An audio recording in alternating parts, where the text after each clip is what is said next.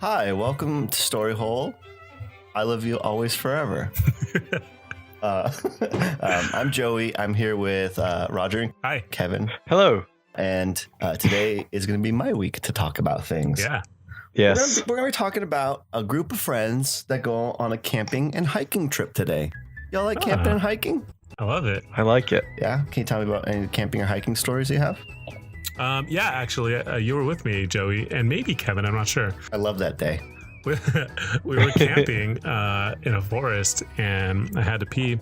So I walked away from the camp a ways to go pee. I was there. Yeah, you were there? Yeah. I was there. I remember the Roger P. This is one of the craziest things that ever happened in my whole life. One of the top moments of my whole life, probably. So I'm peeing next to a tree, and out of nowhere, a lizard runs up, like a good-sized lizard, like a 4-inch lizard, runs up out of the underbrush and just stands in my pee stream. And just like, I'm just washing it in my pee, and it just stands there looking at me, and it soaks it all in. And then I stop peeing, and he just runs off back in the forest. Perfect. Not a doesn't say a word to me. Just comes out, lets me pee on him, and then disappears. Do you think that was a power play? It might have been a power play. He doesn't care. He's like, my He learned forest, from the my rules, president. I don't care. There's nothing you can do here to scare me. Maybe it's kind of like a nature spirit. It's like, oh, you're gonna pee on nature. Why don't you just pee on me? You know, making me feel bad. Can I talk about another time where Roger was very excited about something? Yeah. There was one time we were out to eat at Hooters, and we just finished. Is this real? Is this a real story? This is a real story. It starts with Hooters. Of course it's real. Just Roger to loves clarify, Hooters. I know I don't. I don't love Hooters. Yes, you do. We've just gone there as a goof sometimes. Like every other week. I love their wings. I can't get enough of those little guys. We just finished our dinner.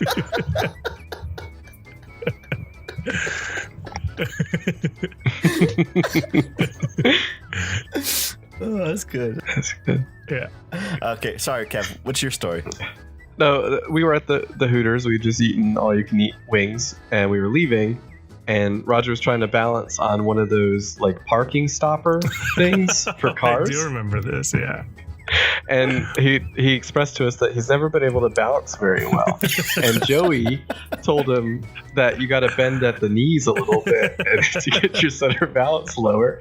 And he did that, and it was the happiest I've ever seen my Roger. life. Yeah, my whole life I've been really bad at balancing on things. It turns out you just had to bend your knees. I would have been home in no time. Hey, Roger, remember when you thought there was only one elevator in Simi Valley? Yeah, that's. I wasn't excited about that. I was very embarrassed. But I mean, if we're going to bring that up, then I guess I may as well throw out that, hey, Joey, do you remember when you thought that popcorn came from seeds and you were shocked to find out that it was actually made of corn? I remember how it came up. We were talking about popcorn, and I was like, yeah, you know, like popping like the kernels of a corn. And you're like, what do you mean? You thought they like dug up seeds out of the ground to make popcorn. Popcorn is too obvious of a name. It can't come from corn. And I've seen corn. Corn doesn't look like a popcorn seed. That's true. That's a good point. Yeah. To be fair, there's also candy corn. Yeah. That's a good point too. And candy corn doesn't look anything like a corn, does it? But it does when they're making it, I think. I think it looks like an ear of corn until they break it apart. Is that true? I think so. That might just be a dream I had. That does sound like some Willy Wonka shit. Yeah. All right, let's move forward, yeah?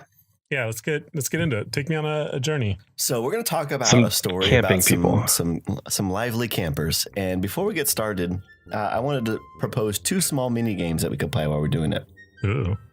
I love this. The first one's going to be easy. I'm just going to try to plug in a fake thing, like a lie about it as I'm telling the story, and I want to see if you guys can find the lie. Okay. The second one is that there are 10 friend hiker campers, and you guys can choose which one you want to be, and we'll see what your result is at the end of the story. Right off the bat? We choose in the beginning, and then we see what our fate is. Yeah. So I like that. I'm gonna go ahead. I'll give you I'll try to go through it pretty quickly. I'm gonna give you a little description of each one, and then you can tell me which one you want to be. Okay.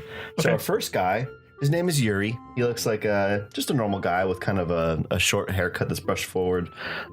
He's got a little bit of a dimple butt chin. Next one is a woman. Her name is Liuda Mila, and she looks kind of like Michael Ian Black. We have Igor Dyatlov. And he looks kind of like a boglin from like this old like 1990s. Oh, I love boglins. I want to be Igor. Well, he's like a hybrid, a boglin like Frank Sinatra. He looks like a hybrid. An incredibly handsome boglin. Yeah. We have Alexander, who looks kind of like a more self-assured, stern version of Cameron from Ferris Bueller's Day Off. What's his likes and dislikes? Well, he likes pattern ties. He likes probably bicycles, I think. Dislikes taxes. That sounds like my man. Yeah, I relate to that. That's pretty good. We have Zinalda, who looks she has interesting hair. Her hair looks like the closest to Lucy from Peanuts, like if someone actually had her hair cut. We have Yuri. He has really, really big ears that stick out. And he's kind of he's tilting his head in his photograph. The rest of them, imagine like it's like in kind of a flirty way, more in an inquisitive way, like a dog that's confused. And then we have Rustum, and this guy, he's a dapper Dan. He's got one eyebrow up, like The Rock. Yeah, like The Rock or like DreamWorks cartoons. Rock. Yeah, that sounds like Kevin to me. And then we have. I like his name. I think it's a trap. Rustum. I think Rustum Slobodin. Joey's setting me up. He's a handsome devil. He's definitely the Han Solo of the group. Then we have Nikolai, and he looks like a hybrid between the Yuri from 2 guys ago and kind of like if that guy had a baby with Grimes and the baby grew up to be 20 years old. Yeah. Then we have Semyon. I was gonna say Saman, but it's Semyon. Saman. He looks kind of like Tesla, and he's the only. The rest of these guys are all 20. This guy is like 40, so he's the only oldie guy. And then we have the last Yuri. This is our third Yuri, and this guy's definitely like if there was a movie. We're rich in Yuris, huh? Yeah, rich in Yuris. We're Yuri rich. He looks like he'd be the bad guy, like the bad. He's like an evil villain or like a jock, like the jock bully. Bad guy for sure. The guy who's picking fights, but they all look like they're young. They're all like 20 years old. I think they're between 19 and 24, except for the one other guy.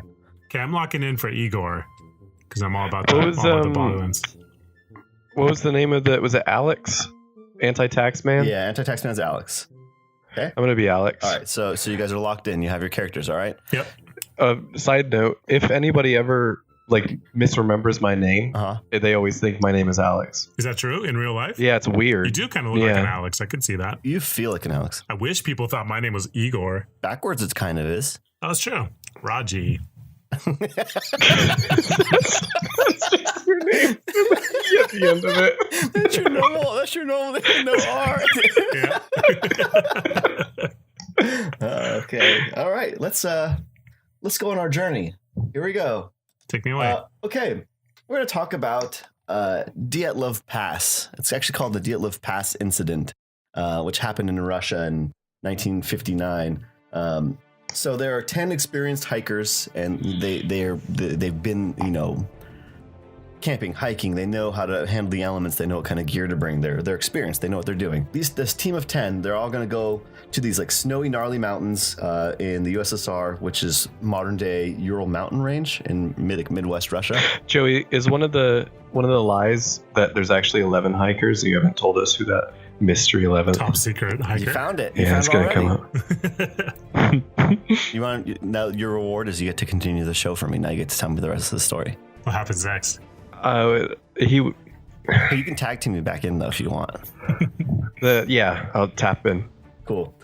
So the result of this trip was a lot of death, and the area that they went hiking was closed off for 3 years.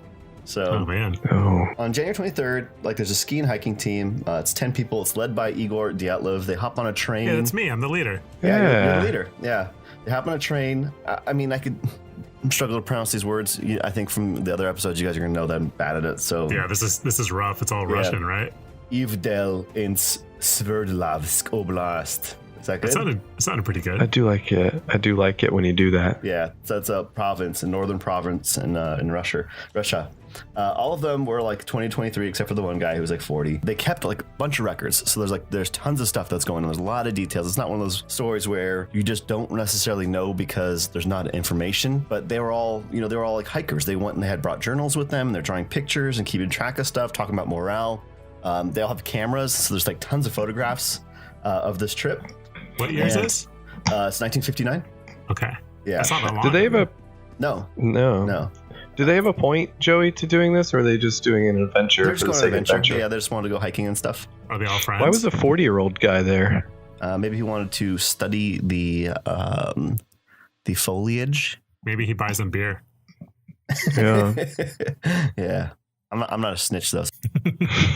What's funny is like, so there's like, here's a fun. We're gonna open up with there's a journal entry as they're getting started. So what actually happens is they're going on a horse sleigh. They're traveling like from this town. They go like on a bus ride. They go on a train. They're kind of just going all over the place just to get to this like weird little ridge where they can start hiking where they want to go hike. So they would specifically want to go to this one mountain. And during this time, Seaman Alexander Alexeyevich Zolotarov, sorry, he wrote a journal in his journal, and this is his last journal entry. I wonder what awaits us on this hike. Will anything new happen? Yeah, so that's... He's probably at fault for anything that happened. Come on. Is that me? Yeah, that's the old guy. That's Seaman. Yeah. But yeah, so we'll just call him Papa from now on because he's the older. It's good. Oh, Papa. So then so they get they're starting. They get to the base of the mountain of where they're going to start hiking, and Yuri number 3, who was our bully looking guy that we talked about earlier. He started to feel really ill, so he decided to head back. And the other 9 kept going. That's kind of it for him. Yuri backs out immediately, and good for him because. And he just goes home. Yeah, he goes home, okay. And he lives to the ripe old age of 75. So way to go, Yuri. Yuri number 3, you did it. All right. Yeah. So if you would have picked Yuri, you would have been good. You would have survived. It's a little bit intimidating. I feel like the rest of us are going to die, right? Absolutely. Yeah, probably. Yeah, this doesn't sound good for the rest of us. Absolutely, you're going to die. So he's the only one who really made it out. That was going to be my fun game. I was going to give you $10 if you picked him. Oh, man. Yeah. Hey, sorry to interrupt, but this is a true story? This is a true story. This is a historically factual story. Right. Okay. Now, what's cool about this, we're already kind of knee deep in it now, so I don't mind. It's not really a spoiler, but weird stuff happens, and the account of what happened to these people, it's really unknown and uncertain, and there's some weird stuff that happens. So It's not just a story about these 10 guys who die. It's a weird story that no one really can make sense out of. Huh. Okay. I'm excited. So they get to this mountain, right? They start hiking up, and there's like a local indigenous population called the Manzi.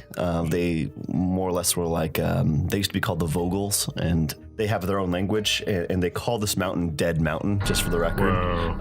But that's pretty much it. It didn't really have a title at the time. Like I said before, it's part of the Ural Mountains in Russia, but this specific place, they just call it Dead Mountain. So so they're gonna go hiking up Dead Mountain. It's February 1st. They start hiking up. It's really not that far. I was trying to figure out relative to like what other elevations, how high mountains are and stuff. It's not brutal. Like Everest, for instance, is like 29,000 feet of elevation. This one is about 4,000 feet elevation. So oh, that's nothing. Yeah, it's cold and whatnot, but it's really not that bad. Kevin, you hiked up a big mountain. How tall was that one? The training mountain that we did, Mount Baldy, is 10,000. Okay. So the one we actually did was 14. Huh. I drove up that mountain once. It wasn't hard at all. Yeah. Technology. It's a hell of a thing. Was the air thinner, Kev, when you went up high? Definitely. Yeah. It changes after, I think it's 8,000 feet. Sure. Okay. And then again at 10. That's good, because I was trying to figure out where exactly that happens. I went to Colorado once, and I remember right when I got off the plane, it was like, man, I can't breathe out here. I can't walk without being winded. That's a little bit higher because that's the Mile High City, and I think a mile is like 5,600 feet. Are you sure it's feet though, not meters? This is in Russia. Yeah, I translate everything. Because I'm bad at kilometers and meters and stuff, so I just didn't put it all into feet. So they're going up they're going to go to the Upted Mountain, and they get, pretty quickly they get close to where they want to go. It's closer to the peak. It's about I don't know if I kept track of how high it is. Anyway, it's fairly close to the peak. It's about 100 miles away from any other humans, and they start setting up camp. So the wind starts to pick up, and more or less at this point is where the last of the photos are taken. And most of the photos up until this point have just been kind of fun. You can just see that they're all just like very friendly, very having like a good time, laughing, and they're drinking, and they're doing sciencey stuff. They're kind of drawing in their journals and keeping track of stuff that they find. There's no wildlife in terms of like animals, so there's no animal tracks or anything else out there. It's just pretty much just a lot of snow, a lot of wind, and where they set up camp, it's a little ways away. It's about a mile away from actual trees and coverage and stuff like that. So they're pretty exposed where they are. And their tent, for the record, it is the kind of tent you would draw if someone asked you to draw a tent. Like a classic triangle. Like a triangle? Yeah, like a triangle tent. It doesn't look like anything fancy. It's not like a yurt. Yeah, it's not a yurt. Yogurt. It's not a yogurt. It's not a Yuri. But it is a triangle tent. so in terms of coverage, it's that. That's what they're working with. There is, however, a little stove inside with a little pipe that sticks out for some reason. Yeah. Ooh. Also, I don't know what kind of clown car situation was going on because it looks tiny, and there's 9 of them. Did they all stay in one tent? I apparently. Well, not for long. So we'll see what happens. All right, so here's where it starts to get a little weird. Here's the depiction of the night. They go up there. We'll just go ahead and we're going to put yourself in the perspective of everybody else who was not on this hike. A couple weeks pass. No one hears from them at all. The parents and the families, they're all like, well, where are our buddies at? We got to go find them. And so they get a bunch of like volunteers to go do a rescue party, and they go out to go search for them. And sure enough, they do find them. And here's pretty much what they come across. The first thing, they find the campsite. They have the tent. All of their stuff is still neatly placed in the tent. There's like organized stuff, their gear, their pack, their all their equipment, some of their coats, some half-eaten pork products, and that's it. Like the tent is good, except for the fact that there are slashes coming from the inside of the tent. Several slashes. There's 3 primary ones that look like someone just took a knife and just like long-armed it to get out of the tent. Is it cut all the way through? It's cut all the way through as if they needed to get out of the tent from the inside. Huh. And so there's 3 big gashes, and they're all about a foot long. So it looks like it's about a yard of cuts, and then a couple extra little swipes underneath, like 2 little like smaller ones. But these punctures are coming from inside the tent going outward. And then, do they look like they're intentional, like they're organized in a way, or are they frantic? Look like they're frantic, like someone would just like slice, I need to get out. But then, contrary to that, what's kind of weird is that there are then 9 sets of footprints. One of them is Jesus carrying everyone. Wait, so there's only 8 hikers at this point, right? No, there's 9, because there's 10 initially, and then one guy leaves. So these are the 9 hikers that are part of the Dyatlov Pass incident. But they all are outside from the slashed tent. They are walking. All 9 sets are walking towards. Yeah, they're not running. Nope. They're just walking. Just casual footprints. Casual footprints. So it looks like a frantic escape followed by a normal walk. Huh. And they're going about, so it's about 3/4 of a mile to a mile away is where they need to go to find coverage, like tree coverage and whatnot. You follow the footprints, and then a little shy of where you get to where the tree coverage is, the snow covers all the footprints and you can't see them anymore. But the search party, they keep searching. They walk to where, where would you think they would go? Obviously, they're going to keep going in the same direction. The footprints, they're going to go to a tree, and that's where we find our first 2 bodies. Uh-oh.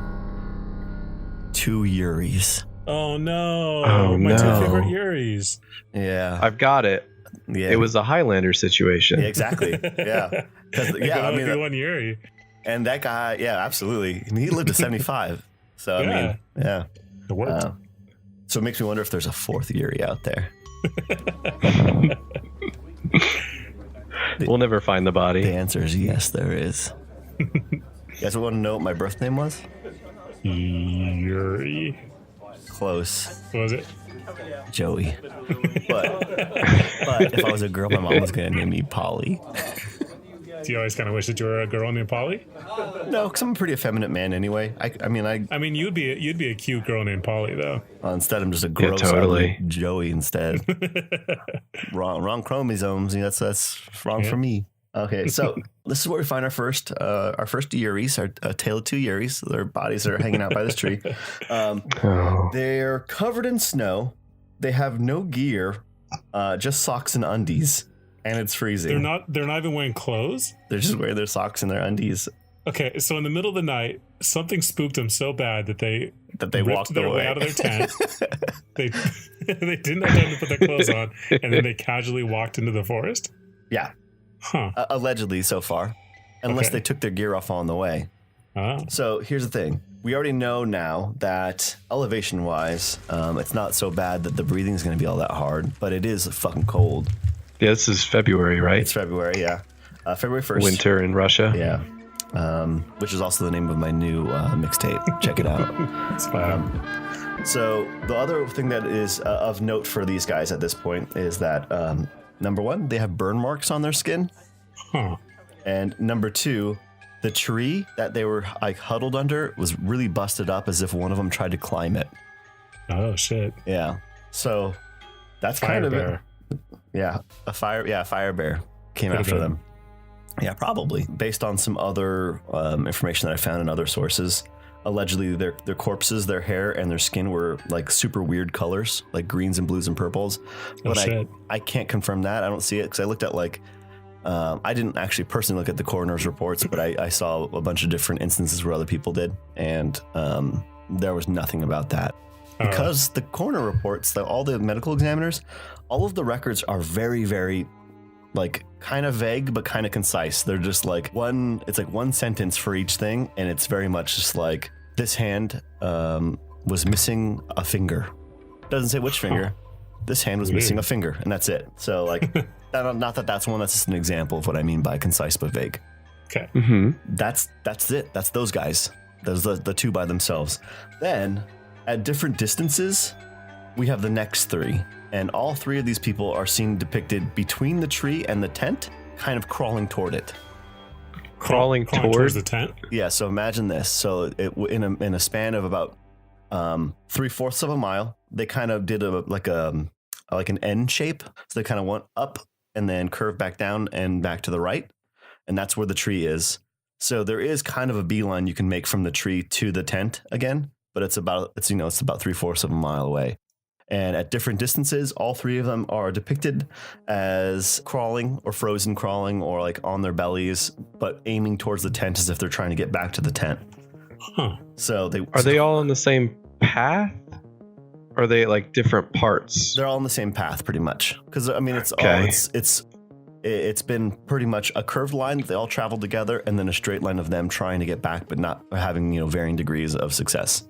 Okay. So these three, they all had slightly more clothes, but not by much. According to the autopsy, 8 of the 9 of these people were drunk. Just to put that out there. Not a whole lot going on with those guys. Did they have burn marks on their skin too?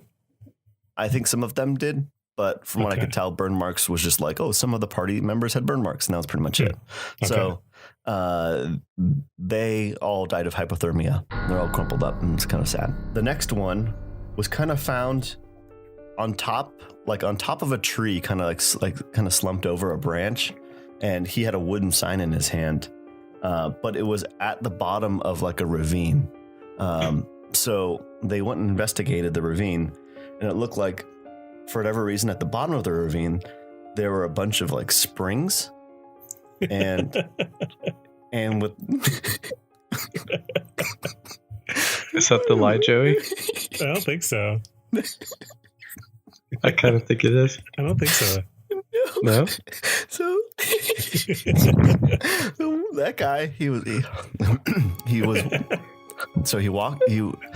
He couldn't because it was so windy and snowy. He walked off the cliff, and then he looked down, and then he held the sign up, and it said "Oh no" on it, and then he fell down, landed on the springs and it could point them back up, or he landed with the top of a pine tree in his butthole.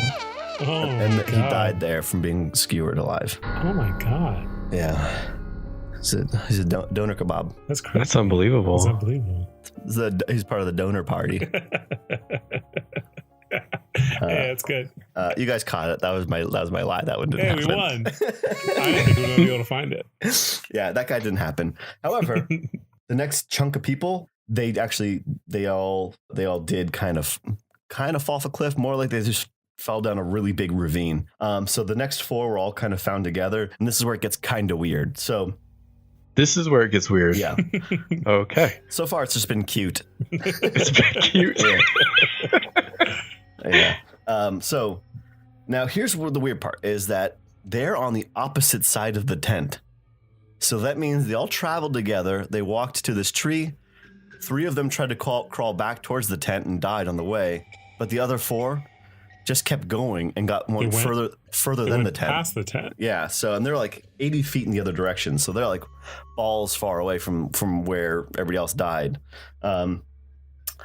So they must have got lost or something, but they were covered by 9 feet of snow when they found them, and they're bottom of this ravine. And here's a list of crazy injuries. If you are sensitive, I probably should have warned you earlier, but this is where it gets kind of gnarly. So, hey, if there's More gnarly than like butt kebab. yeah, but that one was for fun. So Yeah, that's just a fun one. if that was true, ugh.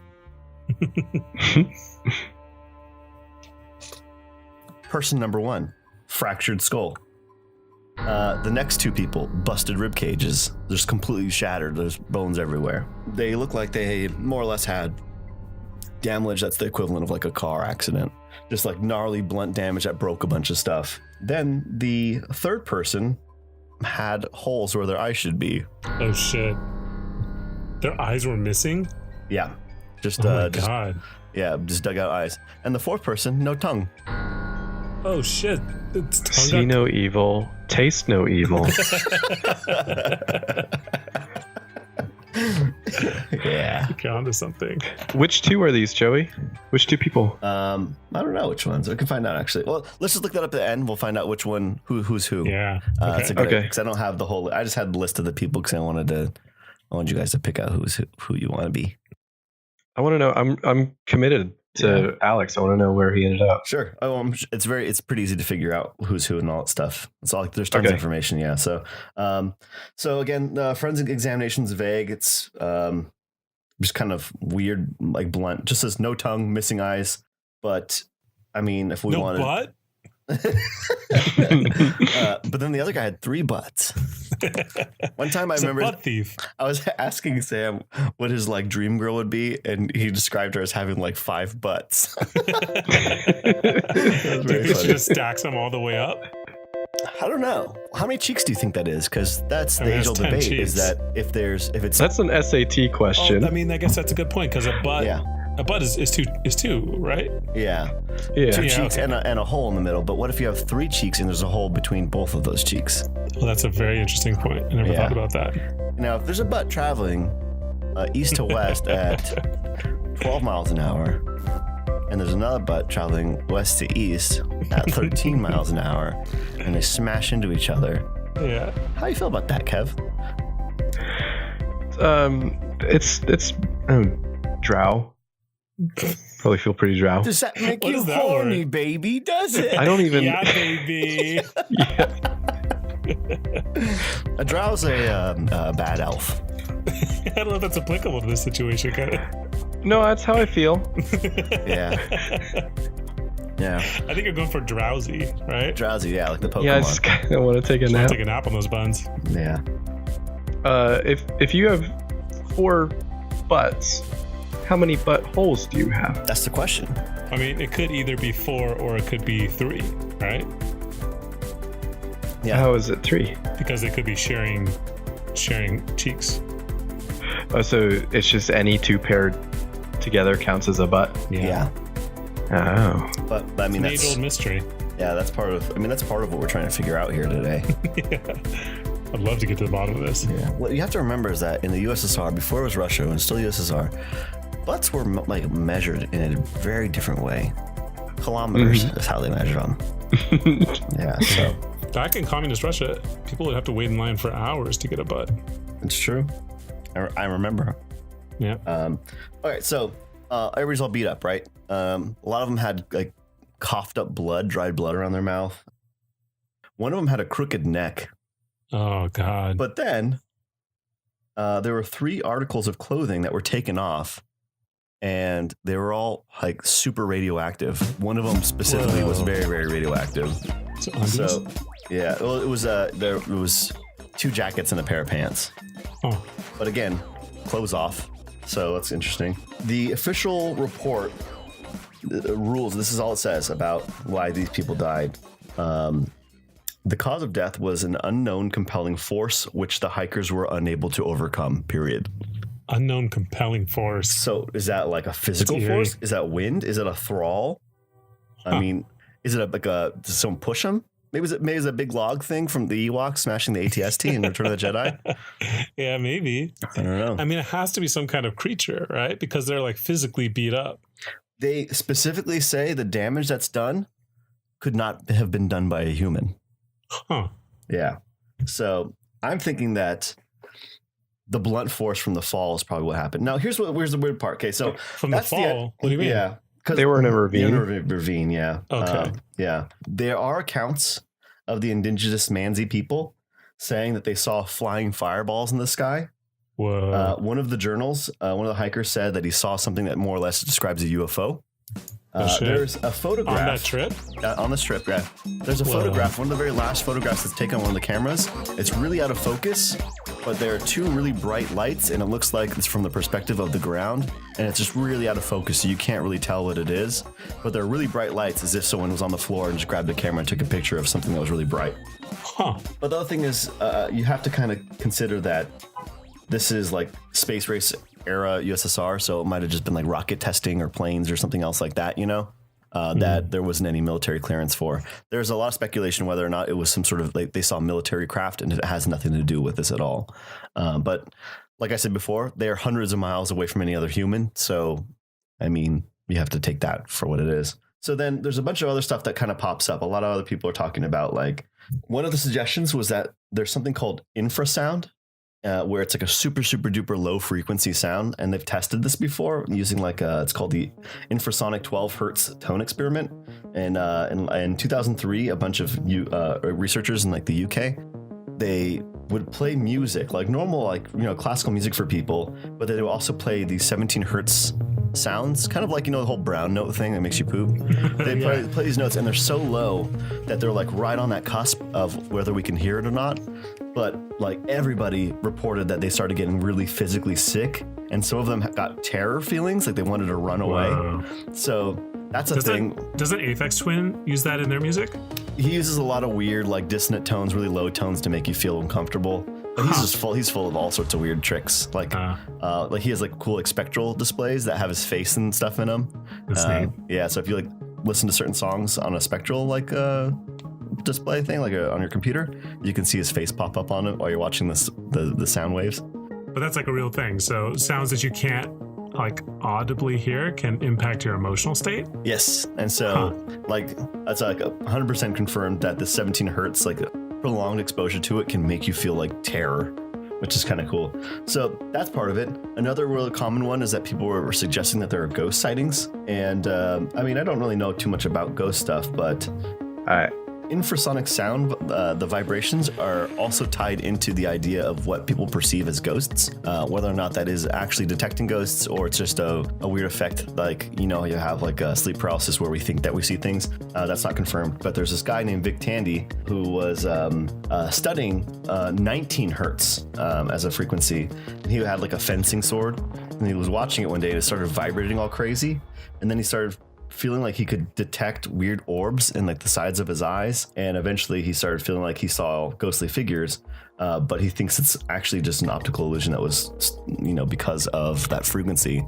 That wavelength distorted his like brain or his ear or his equilibrium or his eyeballs in a way that he started seeing things. So ghost experiences might just be people being exposed to that frequency? Yeah, So Wow, that's really cool. Yeah, it's super neat. So it's for sure the military trying out their new auditory weapon, right? Well, that's a thing, right? I think that's even a thing now, right? I can't think of what it's called, but it's like a...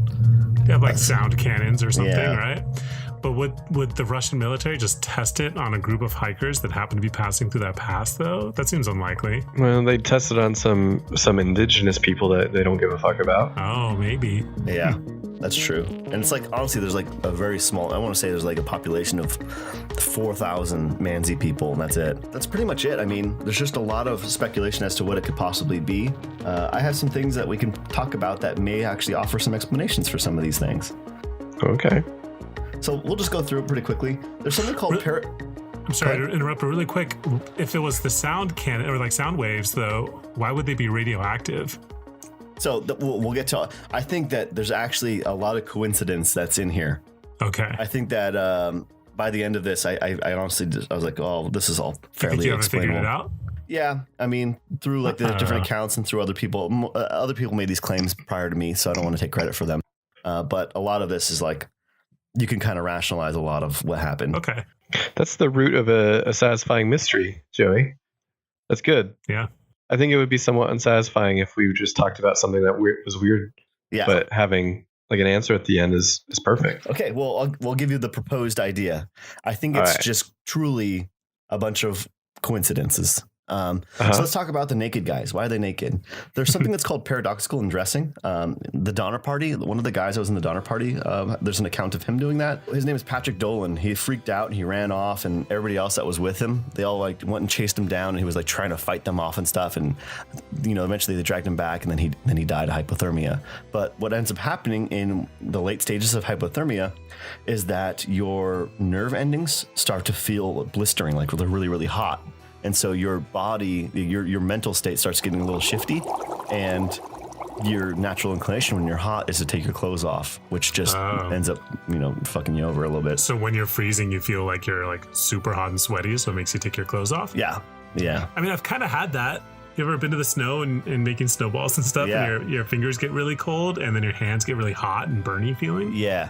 So imagine it's that, but like times 3 once you're super exposed to all that stuff, and you're like, that mixed with the panic of like, and like you're hiking out in the middle of nowhere, and whatever else happened spooked you out of a tent and all that stuff. I like that they had the good sense to keep their undies on. Yeah. It'd be embarrassing not to. They're not animals. But also, the Donner Party, doesn't that end up with them all being eaten and they eat each other? One of them was accused of eating the other ones. Yeah. So that's probably why he went back to get Dolan. So that guy's Dolan's got some good meat. And dole out, fine piece of meat. No stringy sinews on that guy. Yeah, it's a real dessert of a man. Mm-hmm. It's my favorite brand of banana. Dolan? Yeah. Dole? Dole banana? I like that. Banana. So other thing that happens when you start losing it and you have your paradoxical undressing and you're in the late stages of hypothermia, try to squeeze into small places and go die alone, which is what dogs do. Yeah, it's what animals do. Yeah. So I don't know if that's like a weird like instinctual thing to keep scavengers away from like the pack, or if it's like a weird like last ditch self-preservation thing, but that's part of what also happens, which I thought was interesting. So there's that. In terms of the radiation, 2 of the guys worked in nuclear facilities. And so they were already radioactive. Yeah. So and the articles of clothing, there's 2 that were just like, so I want to say it's the way they measure it. I'm not sure what the right number is, but let's just say it's 4,000 rad points. And so if you are above that, it's considered to be like, minor to moderately radioactive. I guess everything has a minor radioactivity to it, but I don't really understand the science behind that. Anyway, there were 2 of the articles that belonged to one guy, and those ones were the minor radioactive ones. And then there was one that was highly radioactive, which belonged to a different guy. And he worked in a different facility with like plutonium and stuff like that. So chances are it's not that all the hikers had radioactive clothing and all freaked out. It was, no, these 2 guys stripped their clothes off. These 2 items belong to one guy for sure. That's confirmed. This other one belonged to this other guy, and the radioactive levels of their clothing match their exposure. Their exposure. So chances are the guy just had the jacket he wore to work. Yeah, so interesting. So that's that. Also, the camping lanterns that they used at the time used thorium, which emits alpha particle radiation. So if that's any other indicator of why radioactive materials would be present, then that's good too. What's alpha particle radiation? Oh, it's when the alpha particles consist of 2 protons and 2 neutrons bound together in a particle identical to helium-4, like the nucleus. It's known for its ternary fission and contribution to DRAM soft errors in 1978 from the Intel Dynamic Random Access Memory chips. Just ask Wolfhart Womchick, right? Yeah, no, I know that. Yeah. So that's actually the thing. The radioactive there's like a small like alpha particle radioactivity that was part of these chips, which ruined Doritos. That's just a chip joke. Yeah, it's good. You got any more? Yeah. Hey, what's the funniest kind of onion? It's a Funyun. Bunions? No, it's a Funyun. Yeah, that's pretty good. Oh. Thank you. When I was a kid and my parents would give me like $5 for honestly, like I didn't get allowance really or anything like that, but every once in a while I'd have $5 for some reason. And it was like my dream to get a 2-liter bottle of orange soda and a bag of Funyuns and then watch Snick. Watch some Snick. Yeah, totally. Watch some Snick. Roundhouse. Yeah. Yeah. That's a great dream. Yeah, it was good. And it was real. So that's pretty cool. But yeah, I mean, that's kind of it. I mean, so the leading theory is that it had to be some kind of military testing. I think it was honestly, okay. So one of the guys that proposed this idea, why would they panic to get out of the tent and then walk? So they had that stove that's in the tent, right? And they had burn marks on their arms. Oh, so what if the stove started like going a little out of hand and they panicked to get out of the tent? That's why they left half the cooked pork behind and all the other materials are still organized. Get out of the tent and we're like, oh shoot, well our shit's all burnt now. Let's get out of here. But they're also drunk. So they probably thought it was a bigger deal than it was. And we're like, well, maybe we can go find some coverage over here. And they will wander off into the wilderness. And then they realize they're kind of fucked because they're in negative 30-degree temperature. And why would one be missing its tongue and the other one missing its eyeballs?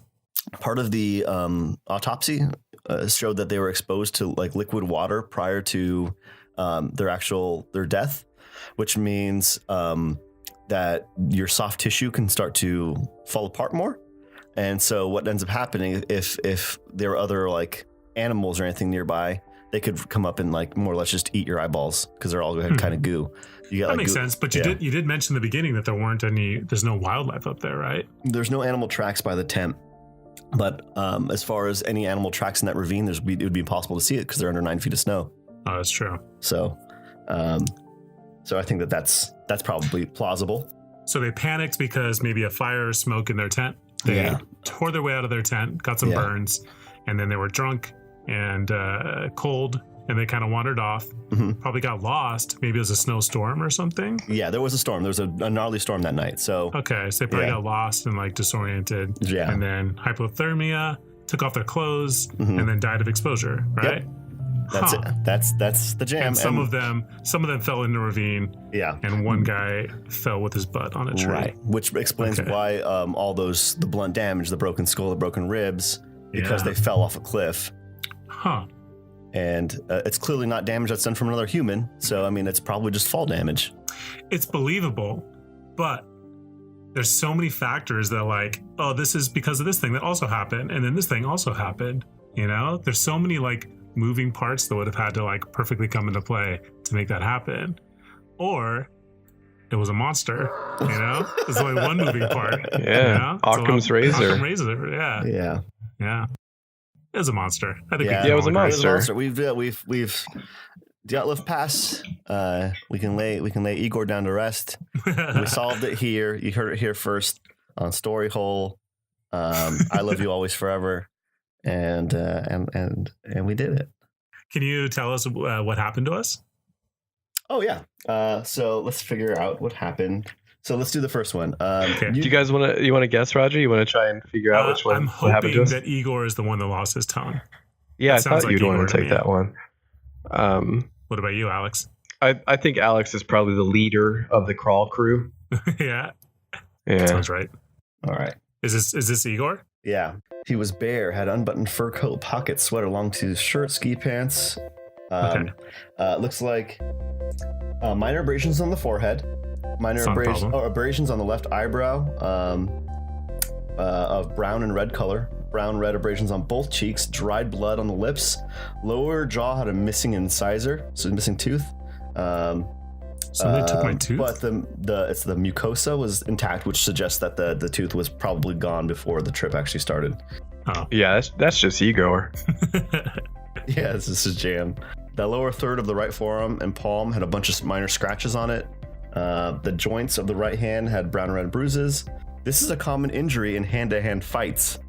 Whoa. These are injuries that indicate that someone was making a fist. Things just got turned. Igor went out swinging, huh?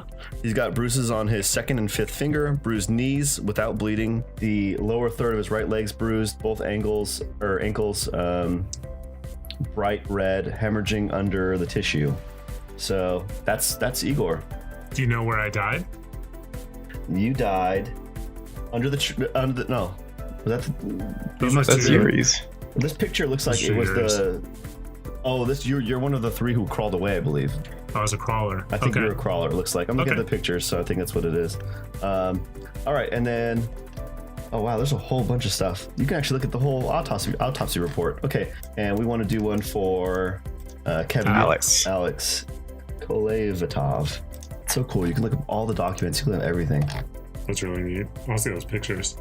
Hey, did you guys see that picture of the guy from Pompeii? No. The giant stone smashed him like cartoon style. Yeah, that's a bummer. Yeah.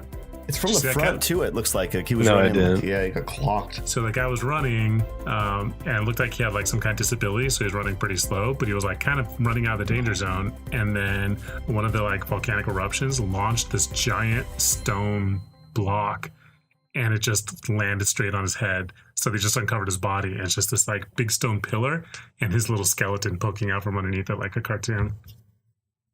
Alex was well insulated, but missing a hat and shoes. His upper torso was protected by a sleeveless shirt, a long sleeve shirt, sweater, fleece jacket, ski jacket, zipper buttons, all sorts of stuff. He's got a damaged jacket. Oh, by the way, there's another picture. A damaged jacket? Yeah, no, there was another picture of one of the guys kind of comically wearing a really, really burned jacket. Huh. So I think that would suggest that the stove probably. But this was, I mean, this could have happened at any point, but that one of the jackets was just like totally beat up. So whatever that stove was, maybe it was like haywire. Anyway, tears in 7 to 8 centimeters were found on the jacket. It was found unbuttoned, unzipped. Let's see here, stuff from his pockets. No. Let's see here. His feet had no shoes, but they were protected by woolen socks with fire damage on them. Huh. His right foot was running really fast.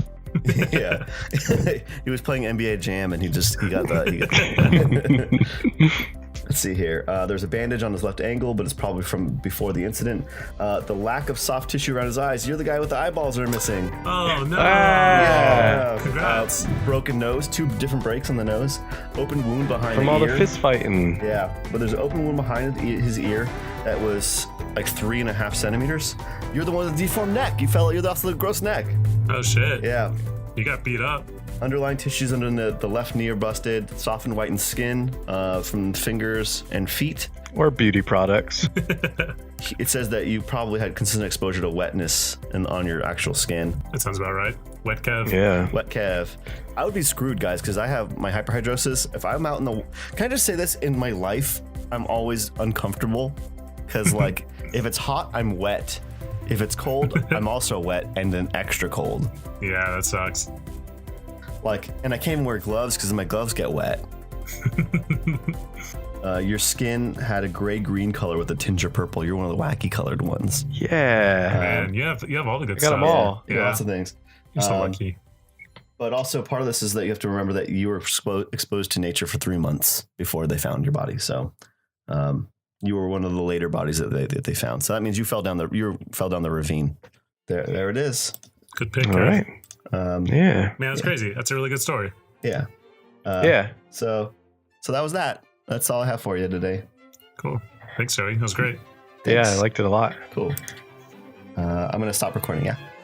We should probably do you like some wanna- kind of wind it up thing. Thanks for tuning in. Thanks for tuning in or something. Next time you're chilly and you feel a little frozen, reach for a warm bottle of Story Hole. All right. I mean, it's an option, I guess. Yeah, I like that. How you doing? All right, thanks for tuning in. Oh no, Kev, it's your turn. Wait, no. What? Kevin, we need you You to just- save us.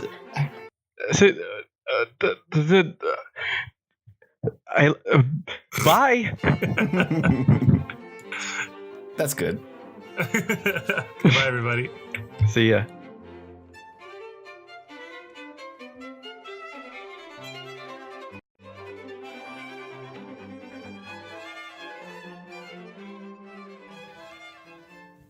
Hey guys, psst, it's me, Joey. So we had some pretty funny stuff that we had to cut out because it had nothing to do with the podcast. But for the first, 15 minutes of this episode, we were just kind of BSing around and there was a lot of extra funny stuff. I didn't want to get rid of it, but also it had nothing to do with what we were doing. So I snuck it at the end. And it's kind of like when you go and see a Marvel movie and then you wait for the credits to see if there's a scene with Howard the Duck. It's like that, only not as good. So if you're still here, enjoy. Bye. I have a couple things I need to clarify from one of the previous weeks. I was listening to one of our old episodes, and I called Doug's neighbor Mr. Fink, and I'm pretty sure it's Mr. Dink.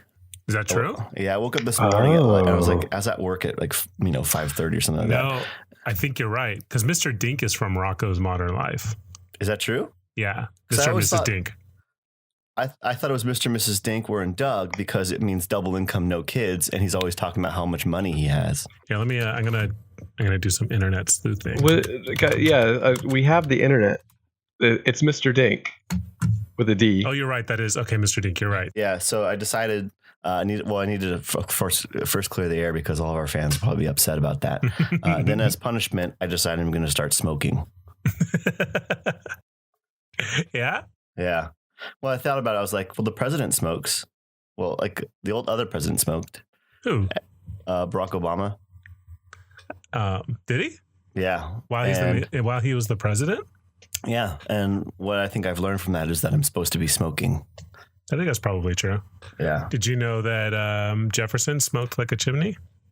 No, I didn't. He smoked that dank weed too. Is it true? I don't know. Oh. Do you guys have a favorite? Are we talking about presidents today? Is that the? Yeah, for right now. Oh, okay. Who's your favorite president, Kevin? Welcome to Story Hole, a podcast about presidents. Definitely Roosevelt. Yeah. Is that true? I think I'm pretty sure that's like most people's favorite though. Yeah. Wait, which Roosevelt? How can you not love him? He had the Rough Riders. He just was like a no nonsense action president. Yeah. Which president? There was another man. I wish I could remember which one it is. But there's a president who would show a lot of people his wiener, and would also make important people watch him poop. Oh, that's right. Oh my Who's God, Tubman. Harriet Tubman. Harriet Tubman. Kevin. Yeah, no. Our friend Brian was telling me about him, and it's like all power plays. Like he would demean people by making them watch him poop and stuff as a way of like asserting his dominance. Stand too close Donald and stuff. Trump. Yeah. Yeah. Nah, it seems like it would be though. You know who I like? Gerald Ford. Yeah. Yeah. I want to have a barbecue with him. Well, I don't know anything about the presidents really, but I remember that there was an episode of The Simpsons with Gerald Ford. And he seemed like a normal beer drinking son of a bitch, and I like that. Yeah. He's built Ford tough. It's your kind of man. He's built Ford tough. He's built Gerald tough.